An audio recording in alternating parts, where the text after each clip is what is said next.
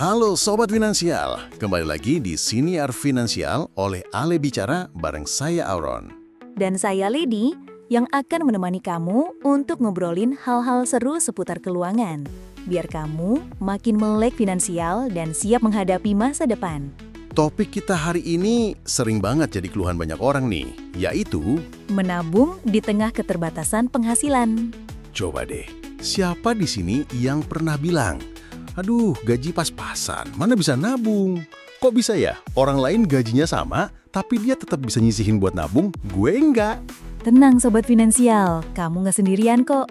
Ini real banget, karena menurut survei OJK tahun 2024, lebih dari 62% pekerja di Indonesia mengaku kesulitan menabung karena penghasilan terbatas. Nah, menabung memang jadi tantangan saat penghasilan kita terbatas, tapi bukan berarti mustahil. Dengan strategi kelola keuangan pribadi yang tepat, siapapun tetap bisa menyisihkan sebagian uang untuk masa depan walaupun dengan gaji yang terbilang pas-pasan. Betul banget, karena sebenarnya menabung itu bukan tentang sisa, tapi tentang prioritas. Banyak orang menunggu sampai ada sisa uang untuk ditabung. Padahal, kalau caranya seperti itu, pasti nggak akan pernah ada sisa. Sobat Finansial, kita akan ajak kamu untuk cek mindset dulu.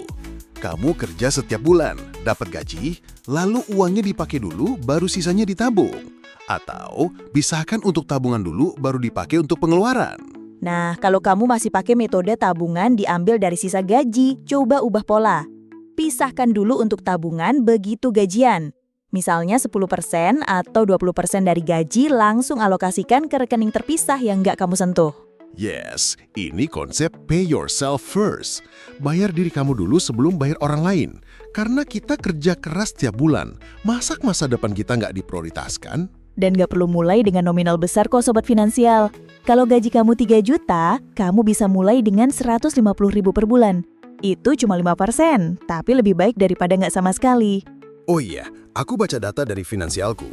Kalau kamu konsisten nabung 150.000 per bulan selama 5 tahun dengan return investasi rata-rata 6% per tahun, kamu bisa dapat sekitar 10 juta lebih loh untuk dana darurat atau modal usaha kecil.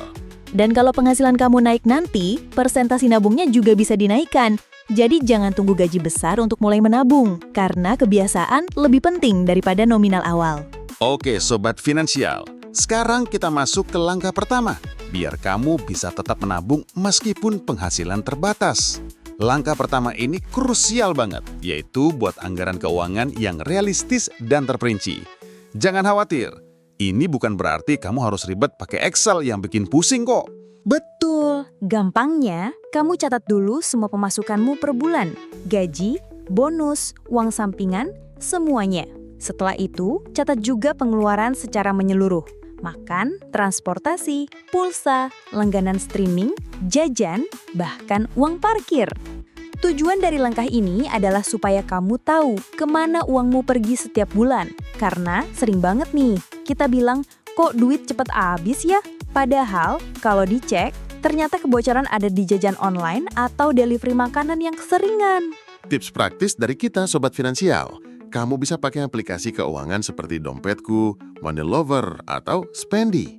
Ini membantu kamu memantau arus kas harian dengan lebih rapi dan nggak perlu nulis manual. Aku sendiri pernah nyoba pakai aplikasi ini dan kaget banget pas lihat laporan bulanan. Ternyata aku habis 500.000 cuma buat ongkir dan kopi dalam sebulan. Padahal nggak kerasa banget. Nah, itulah gunanya catatan keuangan. Biar kita sadar pengeluaran mana yang sebenarnya bisa dikurangi atau bahkan dihilangkan sama sekali kalau nggak penting-penting amat. Setelah kamu catat semua pemasukan dan pengeluaran, kamu bisa mulai terapkan prinsip yang kita rekomendasikan, yaitu prinsip 50, 30, dan 20. Apa itu prinsip 50, 30, dan 20? 50% untuk kebutuhan pokok seperti makan, transportasi, sewa kos atau kontrakan, listrik, air. 30% untuk gaya hidup dan hiburan, seperti nongkrong, nonton, belanja skincare. 20% khusus untuk tabungan dan investasi. Ini wajib banget, karena ini akan membantu kamu mencapai keamanan finansial ke depannya. Kalau kamu merasa berat memulai dari 20% untuk nabung, Nggak apa-apa, mulai dari 5-10% dulu. Yang penting, mulai dulu dan konsisten. Karena yang bikin keuangan kamu maju bukan seberapa besar nominal awalnya, tapi seberapa konsisten kamu melakukannya. Dan ingat Sobat Finansial, menabung itu bukan dari sisa uang, tapi prioritas. Kalau kamu nggak prioritaskan, akan selalu terasa kurang. Coba deh, langsung alokasikan tabungan begitu gajian masuk, biar nggak keburu terpakai untuk hal-hal yang impulsif. Nah, langkah pertama ini sangat penting untuk fondasi kamu dalam mengatur keuangan. Oke Sobat Finansial, setelah kamu punya anggaran yang realistis dan terperinci, langkah berikutnya agar kamu bisa konsisten menabung meski gaji pas-pasan adalah Menetapkan tujuan menabung yang spesifik. Menabung tanpa tujuan itu kayak naik motor, tapi nggak tahu mau kemana. Akhirnya muter-muter, bensin habis, dan kamu capek sendiri. Makanya, penting banget tentukan tujuan keuangan sejak awal. Bener banget. Coba, kamu tanya ke dirimu sendiri. Kamu nabung ini buat apa sih? Apakah untuk dana darurat, bayar pendidikan, liburan, beli motor, atau DP rumah? Karena setiap tujuan punya nominal dan jangka waktu yang berbeda. Contohnya gini, kalau kamu pengen liburan ke Jogja bareng keluarga tahun depan dan estimasi biayanya 3 juta, kamu bisa mulai bagi ke 12 bulan. Artinya, kamu perlu nabung sekitar 250.000 per bulan dari sekarang. Dan kalau kamu ingin punya dana darurat 6 kali pengeluaran bulanan, misalnya pengeluaranmu 2 juta per bulan, berarti target dana darurat kamu adalah 12 juta. Kamu bisa bikin rencana realistis untuk mencapainya dalam 1-2 tahun sesuai kemampuanmu. Nah, Sobat Finansial, biar lebih terarah, kamu bisa bagi tujuanmu jadi 3 kategori. Pertama, jangka pendek kurang dari 6 bulan. Dana darurat, servis motor, bayar kursus kilat. Kedua, jangka menengah dari 6-24 bulan. Gadget baru, tabungan untuk modal bisnis kecil, dana liburan keluarga. Dan ketiga, jangka panjang lebih dari 2 tahun. DP rumah, dana pendidikan anak, dana pensiun. Dengan begini, kamu nggak akan merasa menabung itu membebani, karena kamu tahu untuk apa uangmu dikumpulkan. Dan yang gak kalah penting, tetapkan target nominal dan tenggat waktu pencapaian. Kalau cuma bilang pengen punya tabungan banyak, itu terlalu abstrak. Otak kita nggak akan terpacu untuk gerak. Tapi kalau bilang, aku mau punya 10 juta untuk dana darurat dalam 10 bulan, otak kita akan otomatis cari cara untuk disiplin menabung 1 juta per bulan. Ingat juga, kalau perlu, kamu bisa visualisasikan tujuanmu. Tempel foto destinasi liburanmu di tempat kamu sering lihat. Atau catat di notes HP kamu, target DP rumah 50 juta dalam 3 tahun. Cara ini terbukti membantu semangat menabung tetap hidup. Kamu juga bisa bikin rekening khusus tabungan tujuan biar nggak tercampur dengan rekening operasional sehari-hari. Kalau kamu takut tergoda untuk ambil, bisa pakai rekening tanpa kartu ATM. Sobat Finansial, sekarang coba deh setelah mendengar ini kamu tulis 3 tujuan keuanganmu. 1 untuk jangka pendek, 1 untuk jangka menengah, dan 1 untuk jangka panjang.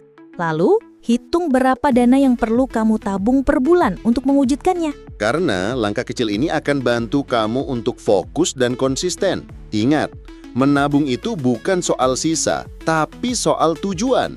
Nah, sekarang kita masuk ke langkah ketiga, memilih metode menabung yang paling cocok buat kamu. Karena setiap orang punya gaya finansial yang beda-beda.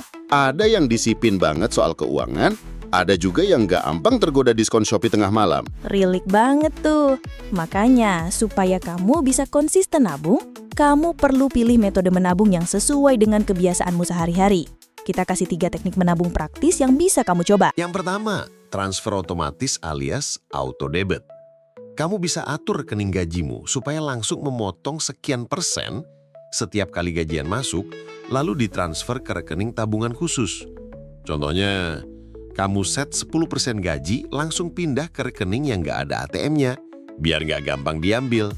Dengan cara ini, kamu nggak sempet merasa berat untuk nabung karena sudah otomatis terpotong. Yang kedua, Sobat Finansial, kamu bisa coba celengan digital lewat fitur Roundup di e-wallet.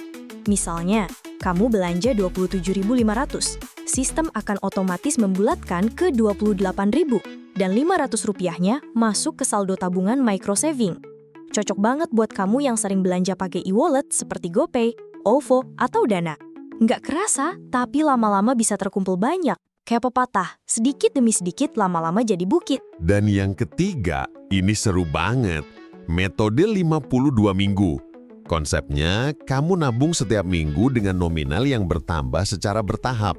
Contoh praktisnya, minggu pertama kamu nabung 10.000, minggu kedua 20.000, minggu ketiga 30.000, dan seterusnya sampai minggu ke-52. Kalau kamu konsisten, dalam setahun kamu bisa mengumpulkan lebih dari 1,3 jutaan, tergantung kenaikan nominalnya. Kelebihan metode ini adalah cocok buat kamu yang masih kesulitan nabung dalam jumlah besar sekaligus. Dengan kenaikan bertahap, kamu bisa melatih disiplin dan membangun kebiasaan menabung tanpa merasa terbebani. Sobat Finansial, kamu nggak perlu menerapkan semua metode ini sekaligus. Pilih 1 atau 2 yang paling cocok dengan ritme dan kebiasaanmu. Karena tujuan utama menabung adalah konsistensi, bukan gengsi. Mau lewat auto debit, celengan digital, atau metode 52 minggu, semua sah-sah saja, asal kamu bisa konsisten menjalaninya. Coba setelah mendengar episode ini, kamu tulis di notes HP atau buku catatan. Metode menabung apa yang ingin kamu coba minggu ini? Nominal awal yang realistis untuk kamu mulai. Dan ingat Sobat Finansial, kalau perlu ajak temanmu biar saling mengingatkan untuk konsisten. Karena proses menabung ini akan lebih ringan kalau kamu punya support system. Kita udah bahas tentang pentingnya bikin anggaran, menetapkan tujuan, dan memilih metode menabung yang cocok. Nah, sekarang kita masuk ke langkah keempat yang gak kalah penting. Pangkas pengeluaran tidak penting. Sobat Finansial, kebocoran keuangan itu sering banget terjadi dari hal-hal kecil yang kelihatannya sepele. Contohnya, langganan streaming yang jarang kamu tonton, beli kopi kekinian tiap pagi, atau jajan online tanpa sadar. Aku pernah langganan 3 platform streaming sekaligus, tapi yang ditonton paling 1 atau 2 film sebulan.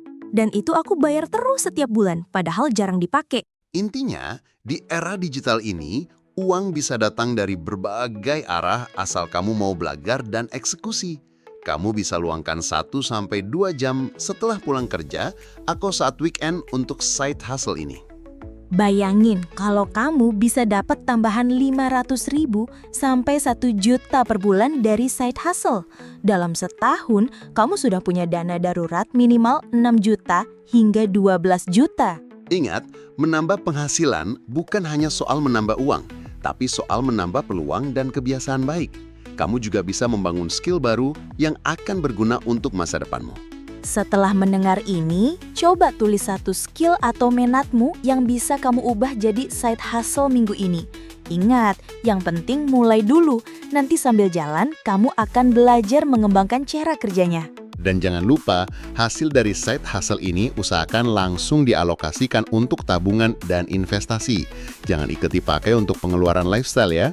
Nah, Sobat Finansial, kita sudah bahas cara bikin anggaran, menetapkan tujuan, memilih metode menabung, memangkas pengeluaran, dan mencari penghasilan tambahan. Dan sekarang kita masuk ke langkah ke-6 yang krusial agar tabunganmu tetap aman.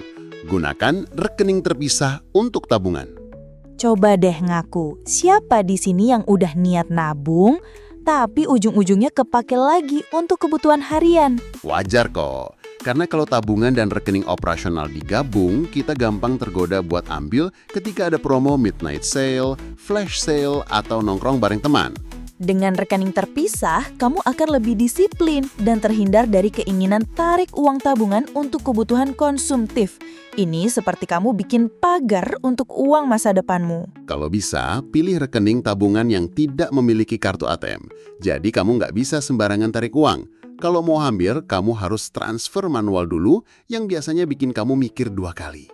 Ada beberapa fitur yang bisa kamu manfaatkan untuk rekening terpisah ini, Sobat Finansial. Pertama, rekening auto debit. Kamu bisa set auto debit dari rekening gaji ke rekening tabungan setiap kali gaji masuk sehingga langsing terpotong untuk tabungan tanpa harus mikir. Kedua, rekening digital tanpa biaya admin. Gunakan rekening digital seperti Jenius, Bank Jago, atau SeaBank yang tidak ada biaya admin bulanan, jadi tabunganmu nggak tergerus potongan rutin. Ketiga, tabungan berjangka. Kalau kamu tipe yang susah menahan diri, kamu bisa buka tabungan berjangka yang tidak bisa ditarik sewaktu-waktu kecuali saat jatuh tempo. Misalnya, kamu mau DP rumah dalam 3 tahun. Kamu bisa buka tabungan berjangka dengan auto debit 500.000 per bulan. Karena nggak bisa ditarik, kamu dipaksa konsisten sampai targetmu tercapai. Ingat Sobat Finansial, rekening terpisah ini bukan untuk menyiksa kamu, tapi untuk melindungi kamu dari dirimu sendiri. Karena musuh terbesar dalam proses menabung biasanya adalah diri kita sendiri yang suka impulsif. Kalau pakai rekening digital, kamu bisa kasih label nama tujuan tabunganmu. Misalnya, dana darurat, liburan Jepang, atau DP rumah.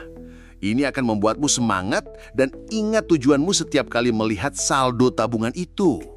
Setelah mendengar ini, coba Sobat Finansial buka satu rekening terpisah minggu ini. Pilih rekening dengan fitur yang sesuai dengan kondisi dan kebutuhan kamu. Dan ingat, tabungan ini untuk masa depanmu. Jadi perlakukan rekening terpisah ini seperti kamu sedang menanam pohon. Kamu rawat hari ini untuk dipetik manfaatnya di masa depan. Kita sudah bahas dari cara bikin anggaran, menetapkan tujuan, memilih metode menabung, sampai membuka rekening terpisah. Nah, sekarang kita masuk ke langkah ke-7. Optimalkan tabungan melalui bunga dan investasi ringan. Sobat Finansial, kalau selama ini kamu pikir nabung itu cuma soal nyimpen uang, sekarang saatnya kamu naik level. Karena uangmu bisa bekerja untukmu kalau kamu tahu caranya. Kalau kamu hanya menyimpan uang di rekening tabungan biasa, dengan bunga sangat kecil, uangmu akan tergerus inflasi. Harga barang naik, nilai uangmu menurun. Makanya, agar uangmu tetap tumbuh, kamu perlu cari rekening dengan bunga kompetitif atau mulai mencoba investasi ringan. Kamu bisa mulai dengan reksadana pasar uang. Ini cocok untuk memula karena resiko yang rendah dan sifatnya yang stabil. Bisa cair kapan saja jika kamu butuh dana mendadak. Dan potensi return lebih tinggi daripada tabungan konvensional, rata-rata 4-6% per tahun. Sedangkan tabungan biasa hanya sekitar 0,5-1% per tahun. Misalnya, kamu nabung 500.000 per bulan di tabungan biasa. Setahun dapat bunga sekitar 25.000. Tapi kalau di reksadana pasar uang, potensi return bisa 150 sampai 250.000 setahun, tergantung kinerja produk. Dan tenang aja, reksadana pasar uang gak ribet kok. Kamu bisa mulai dari 10.000 di platform investasi digital, seperti Bibit, Ajaib, atau Bareksa. Dengan fitur auto debit, biar kamu tetap konsisten. Kalau kamu masih belum nyaman dengan reksadana, kamu bisa pilih rekening tabungan dengan bunga lebih tinggi, seperti tabungan online dari bank digital yang rata-rata memberi bunga 3-6% per tahun tanpa biaya admin. Intinya, Sobat Finansial, jangan biarkan uangmu tidur. Biarkan dia bekerja untukmu agar kamu lebih cepat mencapai tujuan keuanganmu. Tentukan dulu dana mana yang bisa kamu alokasikan untuk investasi ringan. Pelajari dasar investasi agar kamu tahu resiko dan cara kerjanya. Gunakan platform resmi dan terdaftar OJK. Mulai dari nominal kecil, lalu tingkatkan perlahan-lahan. Ingat, jangan nunggu punya banyak uang dulu untuk mulai investasi. Justru, dengan investasi ringan, kamu akan melatih disiplin sambil uangmu pelan-pelan berkembang. Dan yang terpenting Sobat Finansial, investasi itu bukan cara cepat kaya, tapi cara agar kamu nggak miskin di masa depan. Kita udah ngobrol banyak tentang cara mengatur anggaran, memilih metode nabung, sampai investasi ringan. Nah, sekarang kita masuk ke langkah ke-8, sekaligus kunci paling penting. Bangun kebiasaan disiplin dan konsisten. Sobat Finansial, banyak orang berpikir untuk bisa menabung, mereka harus nunggu gaji naik dulu, bonus cair dulu, atau tunggu momen yang pas. Padahal, menabung itu bukan soal momen, tapi soal kebiasaan. Bahkan, kalau kamu hanya bisa menabung Rp10.000 per hari, dalam setahun kamu bisa punya lebih dari 3,6 juta. Kalau nunggu sampai bisa nabung 1 juta per bulan, tapi nggak pernah mulai, ya sama aja nol. Konsistensi ini jauh lebih penting daripada besar kecil nominalnya. Karena kebiasaan baik kalau dilakukan setiap hari akan jadi kekuatan besar untuk masa depanmu.